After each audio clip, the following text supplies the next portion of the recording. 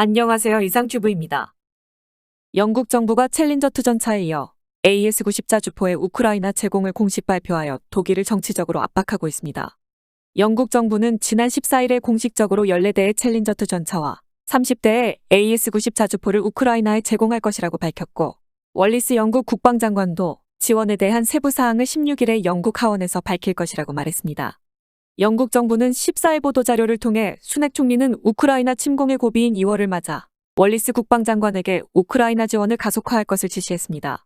이것은 젤렌스키 대통령에게 약속한 챌린저2 제공을 공식적으로 시작한 것으로 앞으로 몇 주 안에 14대의 전차가 우크라이나에 제공될 예정입니다. 이후 AS-90 자주포를 30대나 우크라이나에 제공할 것이라고 밝혔고, 월리스 국방장관도 지원에 대한 세부 사항을 16일에 하원에서 밝힐 것이라고 말했습니다. 외신에서는 수낙 총리가 젤렌스키 대통령에게 추가 장비와 대포를 보내겠다는 보도가 나왔지만, 우크라이나에 제공되는 대포가 AS-90일 것이라고는 상상하지 못했기 때문에 깜짝 놀랄 만한 발표입니다. 영국은 지난해 4월에 AS-90 제공을 검토하고 있다는 보도가 나왔으나, 벨기에 업체로부터 구입한 중고 M109의 오버홀을 실시해 우크라이나에 20대 이상을 제공했고, 이외에도 50문의 L119 105mm 유탄포도 새롭게 조달해 우크라이나에 제공하고 있습니다. 하지만 영국의 이러한 움직임은 레오파드2 전차의 제공에 소극적인 독일을 자극하기 위한 것이라는 보도가 많이 나오고 있습니다. 영국 BBC는 지난 14일에 수낙 총리가 젤렌스키 우크라이나 대통령과의 전화통화에서 추가 장비와 대포를 보낼 것임을 알렸다고 보도했으며, 이 지원에는 12대의 챌린저2가 포함된 것으로 알려졌습니다. 이 결정에 대해 젤렌스키 대통령은 전장에서 우리를 강화할 뿐만 아니라 다른 파트너들에게 올바른 신호를 보내게 될 것이라고 감사했지만, 영국의 움직임은 이번 주에 개최되는 우크라이나에 대한 무기 지원을 위한 협의체인 람슈타인 회의에 대한 포석으로 궁극적으로 폴란드군이 운용하는 레오파드2A 412대와 핀란드군이 운용하는 14대의 스트리드스박 1위, 그리고 스페인군의 창고에서 잠자는 레오파드2A4 108대의 우크라이나 이전을 독일에 승인시키기 위한 정치적인 힘겨루기로 보입니다. 유럽 각국들이 보유하고 있는 레오파드 전차를 우크라이나에 제공하기 위해서는 독일의 승인이 필요합니다. 독일의 숄츠 총리는 우크라이나에 대한 레오파드2 제공 압력에 대해 주변의 시끄러운 잡음에 휘둘리지 않고 파트너와 동맹국과 긴밀히 협력해 나가겠다고 말했습니다. 최근 독일 내 여론조사에서는 독일인의 절반이 레오파드2 제공에 부정적으로 대답하여 숄츠 총리는 신중하게 결정하는 정부의 자세를 많은 국민이 지지하고 있다고 말했고, 독일 정부는 레오파드2 제공 의사를 밝힌 폴란드로부터 레오파드2의 우크라이나 제공에 대한 신청을 받지 못했다고 말했습니다. 미국의 폴리티코지도 독일 입장에서 영국의 움직임은 골칫거리가 되지만 미국 주도의 서방산 전차 제공이 시작되지 않는 한 독일은 움직이지 않을 것이라고 지적했습니다. 즉 영국의 움직임은 램스타인회 전까지 독일의 태도를 번복시키기 위한 결정적인 변수가 아니며, 미국이 우크라이나에 에이브럼스를 제공하지 않는 한 독일도 레오파드2 제공을 결단하지 않겠다는 의미입니다. 독일 정부는 지난 11일에 챌린저2 제공의 움직임은 우리의 입장을 바꿀 수 없다고 말하고, 핀란드와 폴란드의 움직임에 대해서도 파트너 나라에서 레오파드2의 우크라이나 제공에 대한 공식 요청은 없다고 밝혔으며, 익명의 관계자는 폴리티코지와의 인터뷰에서 숄츠 총리의 무기 지원에 관한 입장은 바이든 대통령의 결정에 크게 의존하고 있다고 밝혔습니다. 따라서 이번 수낙 총리의 무기 제공은 서방제 전차를 우크라이나에 제공한다면 단독이 아니라 국제적인 협력 아래서 이루어져야 한다는 독일의 주장을 무너뜨리는 것이 목적으로, 영국이 챌린저2의 우크라이나 제공을 램슈타인 회의에서 발표하면 레오파드2 제공을 거부하는 독일의 표면적인 근거는 무효화된다고 폴리틱지는 지적하고 있습니다.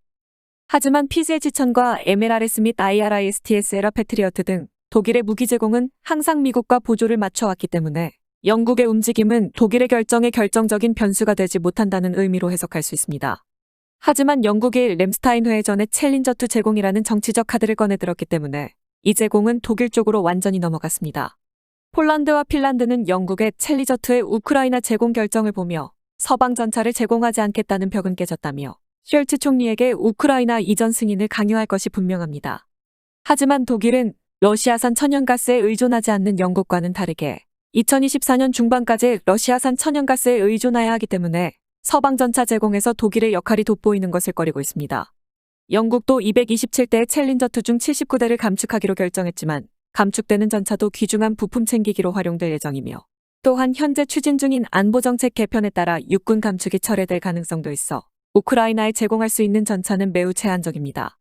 따라서 독일이 영국의 무기 제공이라는 정치적 명분을 무너뜨리기 위해서는 영국이 그렇게 서방 전차를 제공하고 싶다면 독일에게 요구하고 있는 레오파드2 전차의 우크라이나 제공 승인과 같은 수의 챌린저2를 우크라이나에 제공해 정치적 균형을 맞춰달라고 말하고 싶을 것입니다. 만약 영국이 소량의 챌린저2 제공으로 독일로부터 레오파드2 이전 승인을 이끌어낼 수 있다면 영국의 수넥 총리는 독일을 발판으로 우크라이나에 대한 서방 전차 제공을 영국이 주도했다라는 정치적 성과를 거둘 수 있기 때문에 숄츠 총리로부터 상당한 원망을 받을 수 있습니다.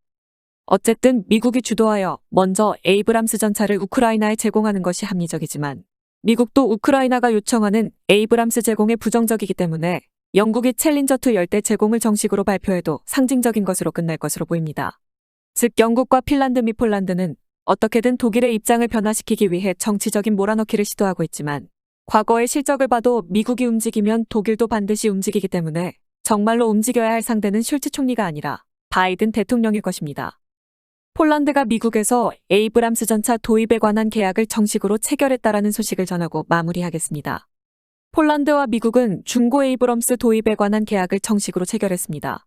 2024년까지 정비된 중고 M1A1 FEP-116대가 폴란드에 인도될 예정이며 M1A2 SEPB3와 합치면 폴란드 육군이 운용하는 에이브럼스는 총 366대가 됩니다.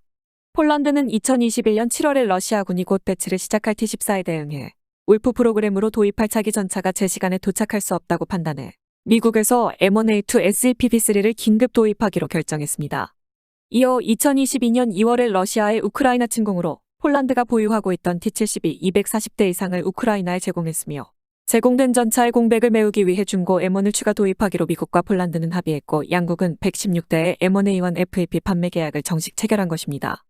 예상대로 폴란드가 추가 도입할 M1은 포스 디자인 2030을 기반으로 한 부대 개편 계획으로 인해 미 해병대에서 퇴역한 M1A1 FAP이며 미국은 오버홀 실시와 폴란드 육군의 요구에 맞춰 M1A1 FAP를 개조한 뒤 인도할 예정이지만 납기 단축을 위해 기본 사양은 M1A1 FAP로 두고 장내에 M1A2 SEPB3로 업그레이드하는 방안도 검토 중이나 구체적인 계획은 아직 알려지지 않았습니다.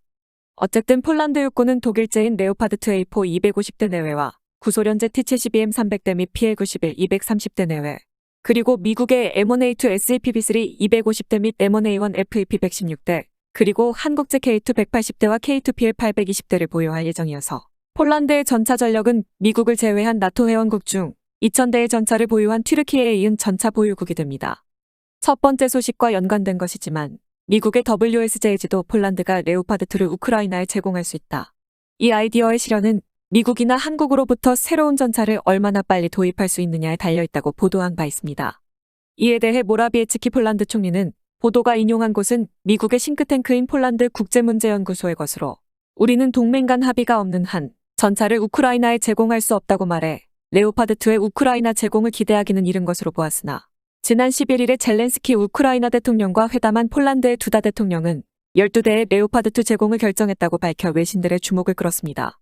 두다 대통령이 언급한 레오파드2의 제공은 독일의 승인을 받은 것이 아니기 때문에 오해가 없도록 다시 말하면 레오파드 전차를 우크라이나에 제공하기 위해서는 최종 사용자의 변경에 관한 독일의 승인을 받아야 합니다.